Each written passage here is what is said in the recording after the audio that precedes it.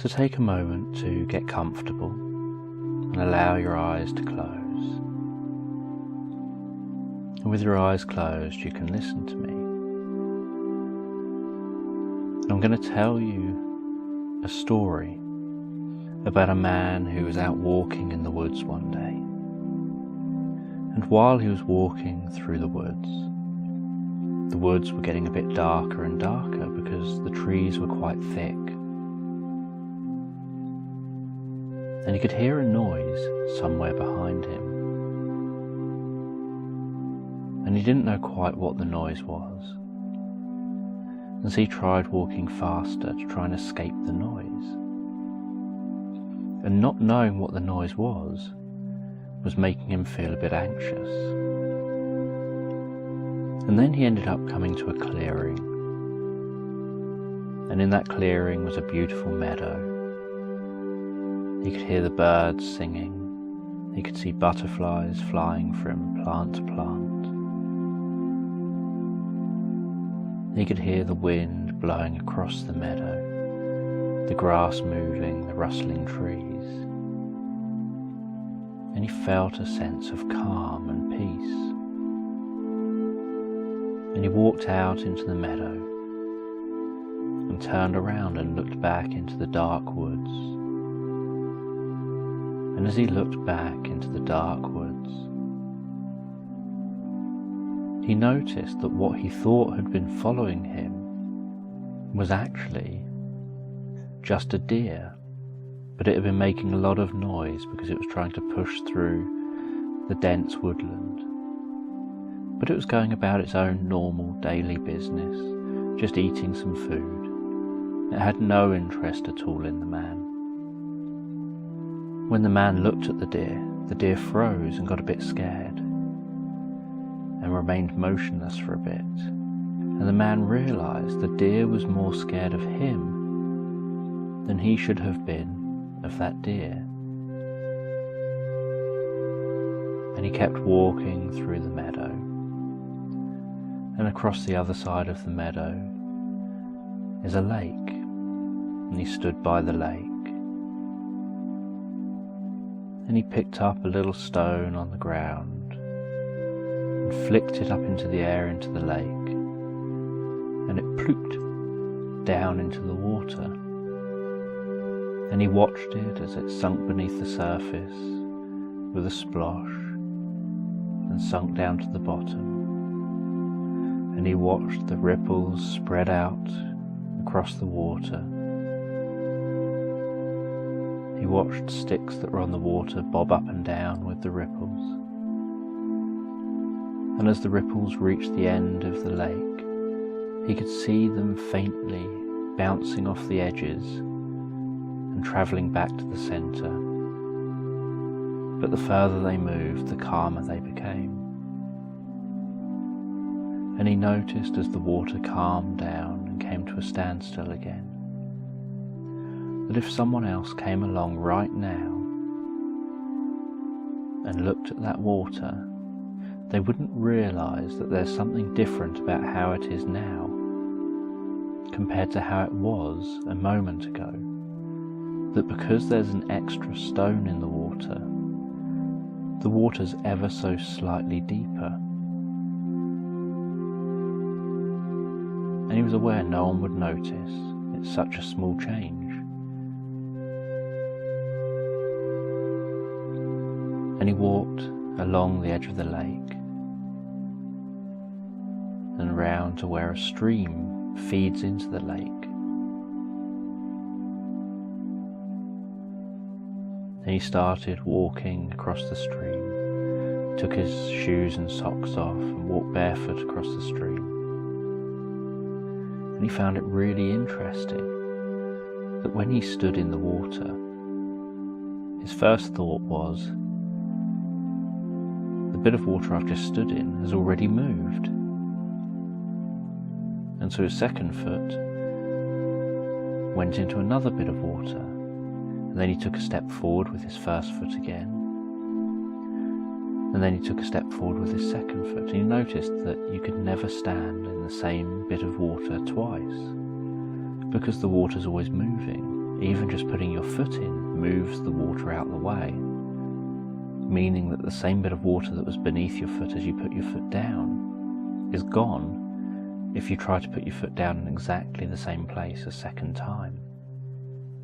He found this interesting, and the water was cool and refreshing on his feet.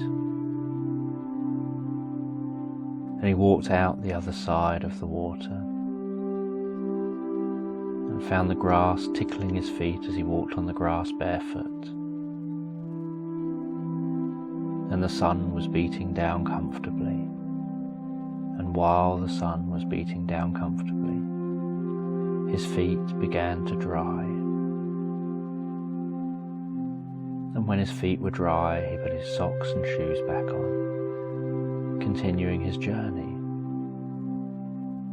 And he walked into the woodland on the other side of this stream, then continued following the path he was on before. And he listened to the sounds of birds, the rustling sounds of the leaves as the wind blew through the trees. And occasionally his mind would wander. Sometimes his mind would think things that made him uncomfortable and made him feel a bit panicky, because he'd hear a noise and not know quite what it is. And he'd worry and first of all think maybe it's the worst thing, maybe it's something scary. But every single time he turned and took a look, it was something innocent. It was perhaps two branches rubbing together making a squeaking sound, or a squirrel screeching in a tree, or a deer cracking some twigs, or a woodpecker pecking some wood. And he realized that because he's not familiar with these sounds, he was finding them scary at first, and only when he knew what they were would he feel calm and okay. So as he continued walking, he decided to pick up a small little stone off the ground, and he found a really small, smooth stone that fit between his thumb and forefingers. And he picked that up and he put it in his pocket. And he carried on walking. And the woodland began to turn uphill a little bit, and he began to sweat a bit and find it a little bit more hard work to climb, to be continuing through this woodland. And he would still occasionally hear noises that were unfamiliar to him, and he'd notice that he'd get these worry thoughts. And so he put his hand in his pocket on that stone, and he just said calmly to himself, "My brain's thinking. My brain is thinking. My brain is thinking. My brain is thinking." And he just acknowledged the only truth he knew, which was his brain was thinking. He knew that what his brain was thinking, the bad interpretations it was thinking, are just interpretations, and very, very unlikely to be true, because they hadn't been before. Every sound he heard before was something innocent and simple. So the only truth he could hold on to was that his brain was thinking. So he just held onto that stone, gently rubbing it in his pocket, just saying to himself, "My brain is thinking. My brain is thinking. My brain is thinking." Just acknowledging the truth of the situation. Not giving an interpretation, not saying that any of the thoughts are true or false, just acknowledging that his brain is thinking. And what he found was, as he continued walking, And these thoughts came through his mind just like clouds pass over through the sky, or twigs float along on a stream. The thoughts just came along and drifted by because he just focused on saying, "My brain is thinking, my brain is thinking." While he touched that stone calmly, he just thought, "My brain is thinking." And it didn't take long for the negative thoughts to drift by and be gone. Negative thoughts to drift by and be gone. And then as he carried on walking, something else would happen. He'd hear another sound, and he'd get another negative thought. And again, he would just acknowledge it and say, "My brain is thinking, my brain is thinking." And he'd touch that stone and he'd say, "My brain is thinking, my brain is thinking, my brain is thinking." And this time, even quicker, the negative thoughts just drifted by and they went.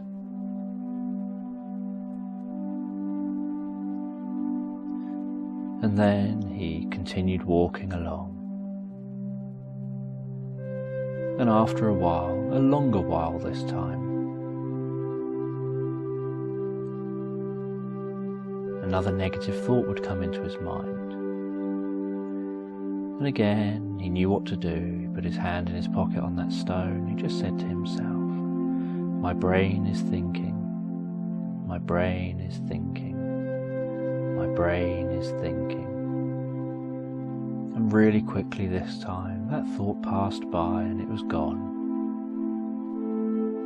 And then a very long time later, close to the evening, and he'd been walking for hours and hours and hours, and he'd heard lots of different things, and his brain didn't do the old thinking. But this time it just did some of that old thinking again. And he was impressed with how long it had been since the last time it did this old thinking. And so he just put his hand on that stone and he said to himself, "My brain is thinking, my brain is thinking, my brain is thinking." And very, very quickly, the negative thoughts passed by. And then he ended up at the bottom of a mountain. And he climbed up the mountain, above the tree line. He looked back at how far he had come. He looked back over the trees. He looked back all the way over towards the beginning of the forest, the beginning of the woodland where he started.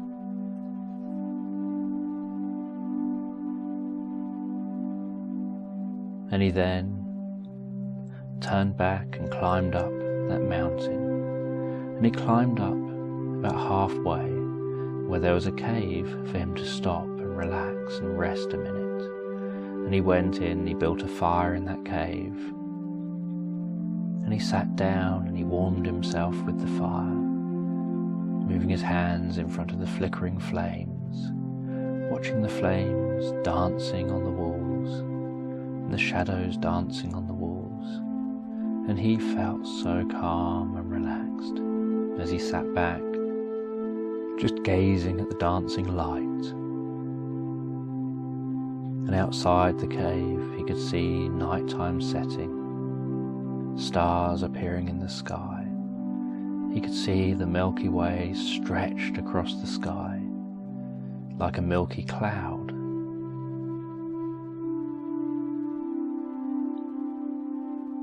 And he decided to just rest a minute, just drift off and relax a minute, and then carry on the journey in the morning. And so he got snuggled up in a sleeping bag, relaxed down and fell asleep. And while he slept, he dreamt about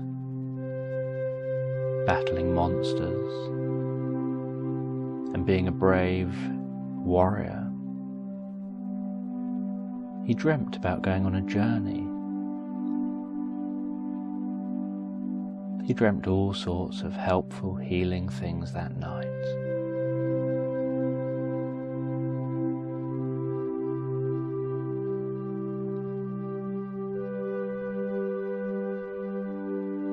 by the next morning he awoke, feeling like a different person, feeling like something healing and transformative had happened during the night. Like he'd somehow found himself, found that true, authentic version of himself that he was before.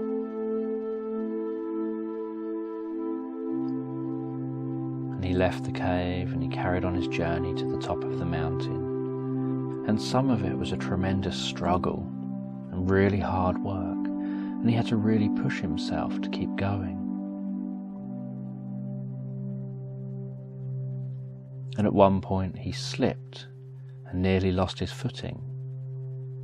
And he felt himself get a bit scared and panicky. But he just took a few comfortable breaths, focused on the excitement of the journey so far, all the stuff he'd learned, how far he'd come. Just reminded himself it's just his brain having a thought. It's just his brain thinking, nothing more. It's just his brain thinking, just his brain thinking, just his brain thinking. He knew that he'd been safe. He knew he'd been taking precautions and making sure that he was attached to the mountain properly. He knew what he was doing. He knew there was no risk. But he also knew it was perfectly acceptable if you lose your footing, to momentarily, as you stumble a bit, have a bit of panic there, just where your body reacts thinking maybe you're at risk here. But as soon as you know you're not at risk, as soon as you know there's no threat, that everything is safe, everything is fine, and you know that honestly, and you know that you genuinely are safe, not believing thoughts that tell you you're not, but knowing and recognizing the reality of the situation. Once he was aware of that, he knew that that panic would just subside in a moment. He took a breath and carried on his journey, and made it all the way to the top of the mountain before the middle of the day. And at the top of the mountain he found what he came up here for. He found a book, and when he opened the book, it was a mystical book. He opened the book, and the first page just had a mirror on the book. And he turned the page and there was another mirror.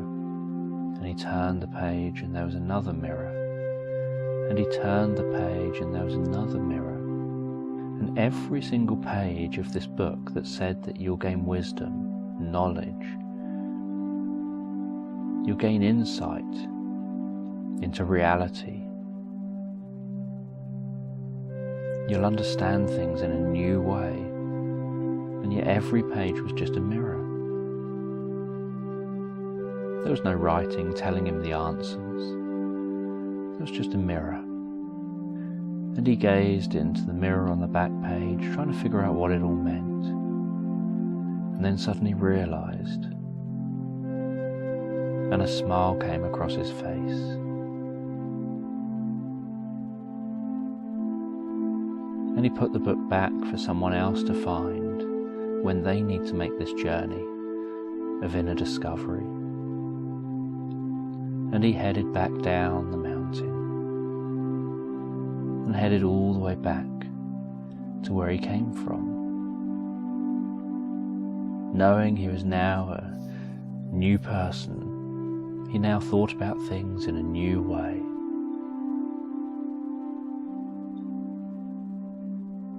Now I know that you've been having some times where you've panicked, or where you've been having reactions you've not liked having. And I don't know at what rate and speed those times will spread apart. I don't know how quickly they'll become less frequent. I don't know at what point they will totally disappear. But the inner part of you, the part of you that knows how to learn, and grow and develop, knows what to leave behind, will know what changes to make to help you lead the life you want to lead, to help you be able to be so compassionate and kind and caring and helpful to others.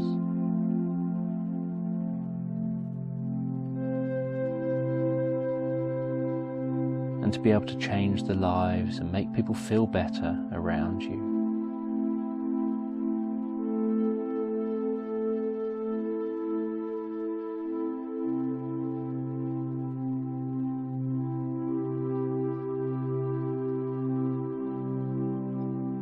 And to appreciate things that you should appreciate.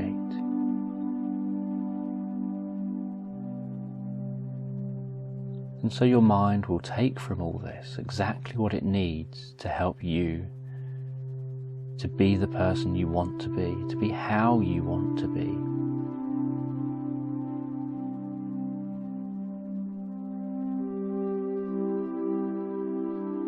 To be able to help yourself.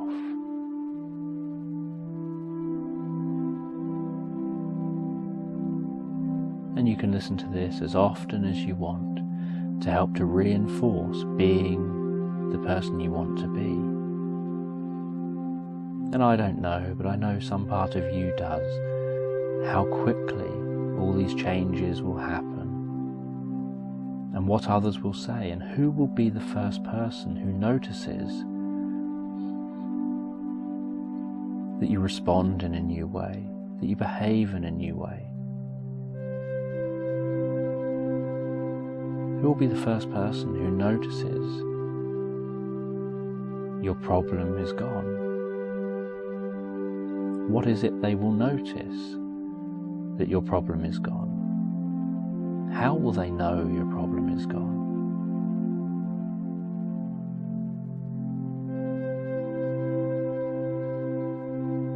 And that man finds his way all the way back home. And he settles down for the night,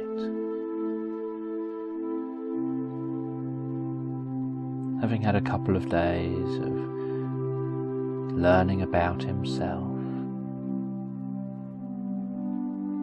and he falls asleep comfortably. And you can take some time to either fall asleep comfortably and listen to this whenever you want, and just drift into a sleep once all the necessary changes are made in your brain. Or you can wake up, open your eyes and be fully alert and relaxed.